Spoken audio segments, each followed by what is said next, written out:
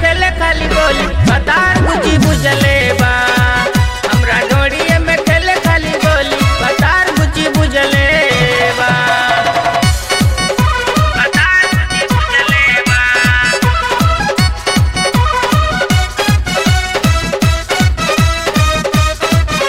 बतार बुझी बुझले बा।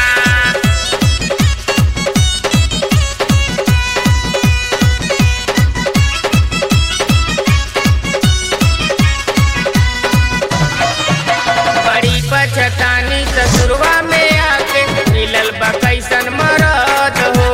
कबहू ना भीतरी झरोखा में झाके होता जवानी शरारत हो। होता जवानी शरारत हो। बड़ी पछतानी ससुरवा में आके मिलल बा कैसन मरद हो।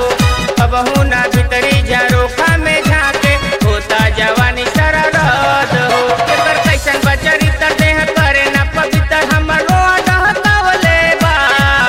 एकर कैसन बचरित देह करे ना पवित्र हमरो डहकावले बा। हमरा ढोड़िए में खेले खाली गोली बतार बुझी बुझले